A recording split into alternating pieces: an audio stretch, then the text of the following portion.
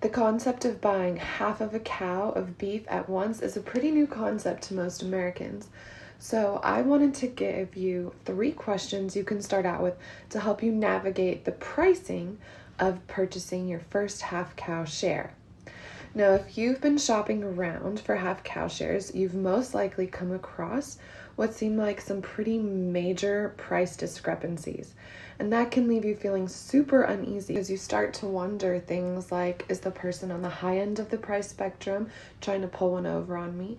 Or is the person on the low end of the spectrum trying to sell me an inferior product?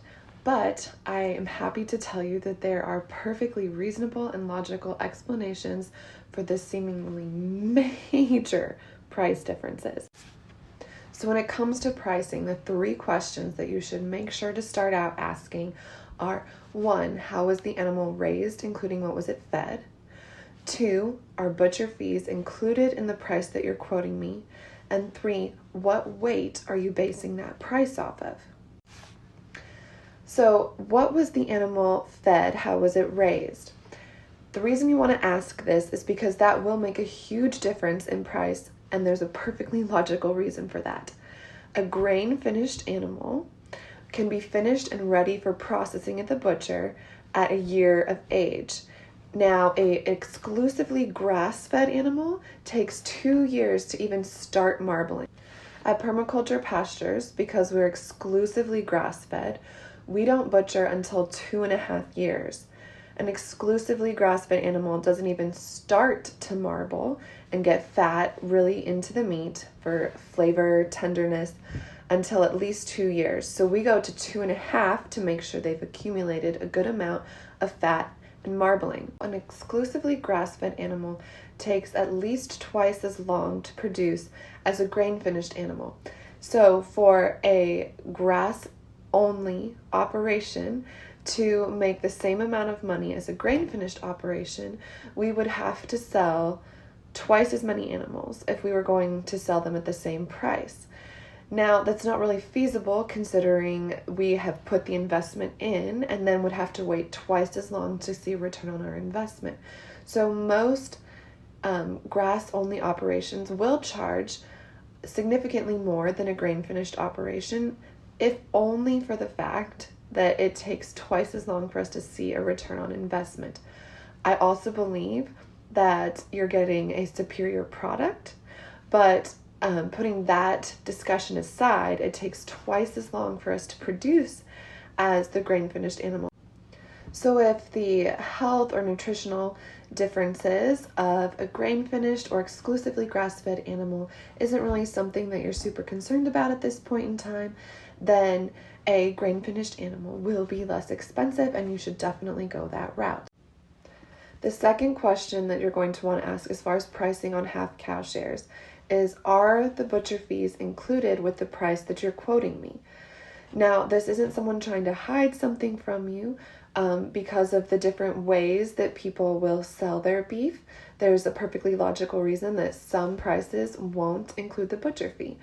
Our farm is full service, so when you buy a half cow from us, you don't have to talk to the butcher, you don't have to pay the butcher, you don't have to drop off or pick up from the butcher. So we deal with the butcher for you. So the butcher fees are included in our price. Some farms find it easier, or it works better for them if they deliver the animal to the butcher, put your name on the animal, and then you call and speak with the butcher, get all the details, the butcher walks you through it, and you pay the butcher. What does the price difference look like, though, if it does or does not include the butcher fees in the price that the farm is quoting you? For us, the processing fees for a half cow are usually around $600, and you get back 200 pounds of meat in your freezer take home. So that's $3 a pound that you'll need to add on to the price if the price that the farm is quoting you does not include those butcher fees. So just keep that in mind, that you may be looking at an additional $3 per pound. The last question you'll want to make sure to ask is, what weight are you basing that price off of? Now, there are 3 different ways that cattle farmers, ranchers, will sell beef direct to consumer. You can do live weight, hanging weight, or take home in your freezer weight.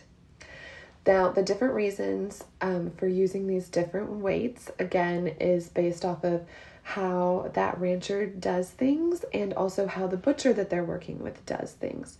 So if it's a ranch that just drops the animal off at the butcher and then you discuss with the butcher, they may do a live weight or a hanging weight. And if it's someone that's full service and they handle everything with the butcher and just bring you your final meat, it's more likely to be the final take-home weight that they're basing the price off of. So what are those 3 weights? Live weight, pretty self-explanatory. It's the weight of the animal while it's alive, so before it's been butchered or anything has been removed. So we butcher our animals live weight at 1,200 pounds. So that 1,200 pounds includes the head, the hide, the hooves, all the bones that you won't typically eat, all the entrails that you won't eat, whatever the cow hadn't fully digested that's in its stomach and everything else, blood that hasn't been drained out yet. So there's going to be a lot of loss from the live weight to the take-home weight. So for us, butchering at 1,200 pounds live weight, we get about 400 pounds for the whole cow, so 200 pounds per half, back from the butcher. There's a big difference in live weight to take-home weight. So that's why this question really matters. So for live weight, a price that I've seen in our area from other ranchers is $5 a pound. So on a 1,200 pound animal, $5 a pound for a half cow, you'd be paying on 600 pounds. So that would be $3,000. And then you have to take away the weight of the hide and the bones and the blood and the entrails. And your take-home weight, depending on your cuts, will be roughly 200 pounds. So your actual price, 200 pounds going into $3,000, is about $15 per pound. Now, you have to remember also, if that doesn't include the butcher fees, you're adding another $3 on top of that, which puts you at $18 per pound.